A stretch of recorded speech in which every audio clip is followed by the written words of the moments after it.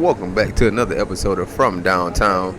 Today is May 16th, 2024. It's a great Thursday, and we don't have much to talk about today except for baseball and one damn NBA game in which I think could probably go either way tonight. Yeah. So, talking about the things that we have to talk about for today, we can go straight into MLB baseball as well as some WNBA action. I actually might start, commenting on the W. Looks like one of the best years or seasons for the WNBA starting off. So, hey, any Caitlin Clark injuries game, anything along those lines, I'll probably watch it. But yeah, I'll talk about that at some point, especially after the night when I see how Caitlin Clark plays her second career game. But talking about baseball at 5:41, we are playing the Phillies. Taiwan Walker is on the mound for the Phillies, and I think we're pitching Jose Quintana. Honestly, we have been in this series with the Phillies, 2 games already? They beat us the first game, second game. I feel like they beat us as well. I think they don't sweep us. We don't get swept. So I think we do win this game. But Jose Quintana against that lineup is just scary to me. And I'm saying that I'm not saying we can't be swept, of course, but I'm just saying that lineup is scary with Quintana on the mound. Even though he's one of our best pitchers and probably had the lowest ERA on the team, as when starting pitchers wise. But more about the hitting aspect of things. I think yesterday Brandon Nimmo couldn't get a damn hit to save his life, even when it clutch situations. I feel like we had a runner on second and third, I want to say, and he came up, but that was Jeff McNeil. But yeah, I don't think that game should have been a 10-run game for the Phillies. Alec Boehm had a great game, of course. That's why I was like, that lineup is just too explosive for somebody like Quintana in my mind. But yeah, I just don't want to say we get swept tonight, so I think we keep it close, like +1.5, +2.5. But the win is definitely going to be something that we have to have happen in not in the first 5. Like they have to be able to hit in the 6th, 7th, 8th, and 9th inning, and score runs effectively at the end of the game. To see us win, I feel like. Other games that happened yesterday, and as well as still going on today, is the Rockies at the Padres. The Rockies went out there and fucking shut out the Padres with Austin Gomber on the mound. The Rockies put up 8 runs, like 4 in the. I'm trying to see the box score. They gave up like 3, 5. Yeah, they gave up like 5 to 6 runs in the first 5 innings, and they didn't do anything batting wise or offensively to even keep up. So honestly, I think this game goes the total opposite. It's not too many times I feel like the Rockies can just blow somebody out, especially with their pitching, and just to keep the Padres runless, scoreless is crazy to me. I didn't think like their pitching is that good, especially Austin Gomber. But hey, I must not know. But it's baseball, and like I say every day, any given night anybody could win. So don't ever think about it as if any of this is fucking set in stone. The Athletics are a great team, and talking about the Athletics, tonight they're playing the Astros with Christian Javier on the mound, and I feel like the Athletics win that game. Honestly, I don't think that the Astros have been playing better than the better than the Athletics, but it's tough to see the Astros become so reliant on their offense when it was always the pitching. In my mind, like Lance McCullers, Verlander the first time. It's always been great pitching there from like 1 to 5. Even Framber Valdez like last year, and the year before that. Like it's the starting pitchers that are really messing them over in the long run. I feel like they're at the bottom of the division right now, and I think they can shake back. Like they're one of the best offensive teams in baseball still. But defensively and pitching wise, they might damn near be the worst. Like they give up. I think a lot of their ERA as a full staff of starting pitchers should be like over 4, over 5. So if any time you put a pitcher out there, he's going to give up 3 to 4 runs in a game, I feel like you're kind of lost. Especially if your bullpen isn't doing what you need them to do. And their bullpen is definitely not doing what you need them to do. They're not going in there and getting outs. They're going in there and keeping innings fucking alive for the other team. And I hate to see it. I hate to see the Astros like this. Don't know if it was the cheating scandal that got them like this, but damn, I just hate to see the Astros go down. But I think they can turn it around, like I said, but it's going to take a lot. Yeah, so I would definitely take the +1.5, +2.5 here for the Athletics, that is, and keep it pushing. The next game that I want to talk about is the Rays at the Red Sox. Yesterday we kind of called it right with the Red Sox picks, and I don't think, we called it right with the Red Sox pick and keeping the game under.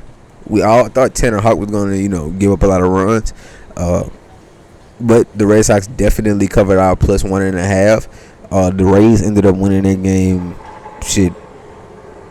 in like the 6th inning. They got one extra run, and I just saw like the offense for the Red Sox couldn't do anything to combat the Rays bullpen. Yeah, at that point. So Little is on the mound tonight. Zach Littell. The Boston Red Sox is pitching who? Oh, Cooper Criswell. I was like, wait, who is these two C's? But Cooper Criswell. I think that it's another not high scoring. I think it is a high-scoring game tonight because we did under 7.5 yesterday, and it stopped at 7. I think tonight, early bullpen type of night, starters probably go 4 or 5 innings. I think this game goes over. I think this game goes over. I don't know any strikeout lines for both of those guys, so I'm not even going to speak about it. But the last game that I really want to talk about is the Dodgers facing against the Reds at home. Dodgers are at home, that is. Tyler Glasnow is on the mound against Brent Suter for the Reds. The Reds could score, but against somebody like Tyler Glasnow, I definitely don't think they score 3 runs. I think their team total right now is like 3.5 or 2.5, so I think that's definitely an under type of thing. Unless it's an untimely home run with runners in scoring position or runners on base. I feel like that the Dodgers win this game handedly over 1.5, just because of the sheer talent that you have on the mound with Tyler Glasnow. He could probably go for he can go for double-digit strikeouts tonight, and I wouldn't be surprised, especially with a team like the Reds who go out there and it's so inconsistent. They can have, they have some of the best hitters. I feel like Spencer Steer is a great hitter. Ellie De La Cruz, Heimer, Candelario. I even think, is Jake Fraley still playing with them? Jake Fraley can get you some hits, and I'm like, man, it's going to take a lot for the Reds to really win. Like I said, it has to be a great hitting game all around offensively for the Reds to even come close to winning that game in my mind. But like I said, Tyler Glasnow could probably go double-digit strikeouts. Not a team that stays consistent hitting against against good pitching. And if you get to go through the lineup at least twice, I feel like for Glasnow, he can do it. If he can get through the lineup twice and probably start the 5th or the 6th off with about somebody's like probably the cleanup hitter. So I'm trying to think, like, getting K's. It starts off early, and that's the thing. Like, so the leadoff batter, the second batter, the 3-hole hitter, your cleanup hitters, those are the guys that strike out first because they don't know really his the pitcher's mindset for the day. But they go back in the dugout, they talk it out with the team, and most of the guys who are at the bottom of their lineup definitely get hits. So I think that tonight it could be like that, but I don't think they do anything to score. So I'm gonna keep it at the Dodgers winning that game by more than 1.5. Maybe take it to 2.5 if I just like plus money. But that's all I have today for MLB baseball. Tomorrow is gonna be a lot better. Games are starting at 1, and I'll be home early anyway, so I'll be able to touch on those early games. And yeah, other than that, we can go ahead and hop straight into the Nuggets and the T-Wolves. Honestly, I feel like this series could end the night. They could. The way that Anthony Edwards was talking, it wasn't like he was defeated. He was just like, dog, they got the best the best player in the NBA over there, and our defensive fucking player of the year can't do shit. Like, it looks like he's out there playing in quicksand. Jokic is barely jumping off the ground, and I'm not understanding how Gobert can't block his shot or at least contest that motherfucker. And I'm like, what what is going on? Is that how Anthony Davis felt last year? Like, what the hell is Joker doing any different than another big? I feel like in my mind, I'm like, what makes him different? What makes him stand out? And that the ability to move his feet at that big ass size, it showed me a lot. Rudy Gobert, like I said, is stuck in the fucking dirt. It feel like he's stuck in quicksand every time Jokic has the ball. It doesn't look fast. It doesn't look explosive. But to us, we fucking 5'9", 5'6", regular people, regular size. Nigga, at 7'2", I think people go back like 7'2", 7'3". At 7'2", the ability for Jokic is what, 6'11"? The ability for him to have a first step that quick or that explosive is fucking crazy work. I think Rudy Gobert is going to be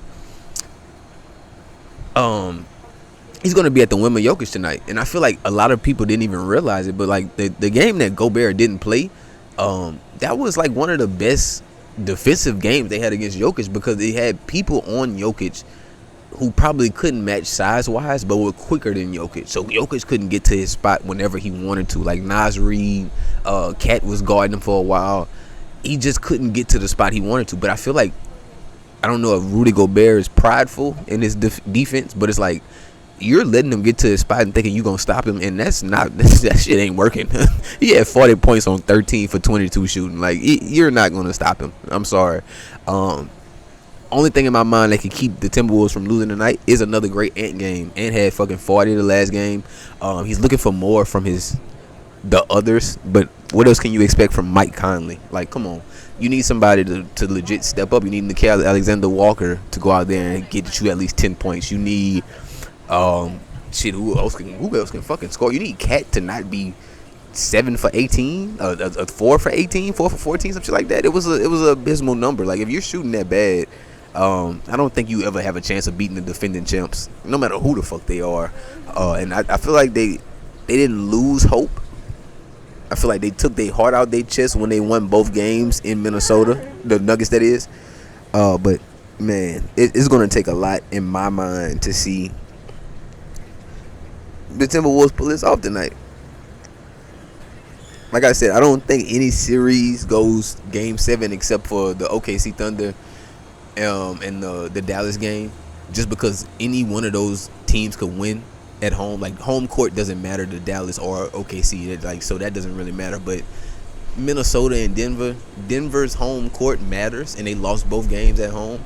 I think you don't beat them in Minnesota tonight. You can't. I just don't see it happening. Other than, like I said, Anthony Edwards having a great game, and the others going out there and putting up real buckets, so that Anthony Edwards can facilitate for a while. Like 35 and 6 assists is a great night. Should be a win in my mind for the Timberwolves if Anthony could do that. But like I said, it's 35, 6 assists. Somebody has to hit shots when he's getting double teamed, when he's getting blitzed, and it just looks like he was forcing it, because I don't know if the other team was ready to play. Almost like the Donovan Mitchell type of shit. Like, Donovan Mitchell will force shots up because it looks like the other fucking teammates are lackadaisical. Like, they don't really care. Like, we were talking about with DG. Like, it seems like he didn't want to be there with the Cavs, and shit, now you see, like, they're going home, and they talking about Jared Allen and shit, and I'm like, dog, none of them guys, I think, wanted to beat the Magic. When I look at it, like, if the Magic could have won, I feel like they would have won one game against the Celtics. Of course, it would have still been the same way, but I just feel like the Cavaliers definitely went out sad, and I don't know what to expect. I expect Darius Garland to be gone in the summer, and I expect Jared Allen, if he's not gone, to be at least, put on the market. Like, somebody's going to put feelers out for Jared Allen, because for him not to take that cortisone shot and numb his fucking ribs just to go play, like, in a game against the Celtics, like, dog, you don't want to play? All right, bet. But honestly, he's one of the best big men in the league. Don't know what that dynamic is and why he didn't want to take it and play. But hey, that's neither here nor there, and that's nothing we can talk about, because we don't know. I'm not in the locker room. But other than that, man, we have been locked in with the playoffs this whole time. And like I said, I will start talking about the W, because tonight the Indiana Fever are playing the New York Liberty.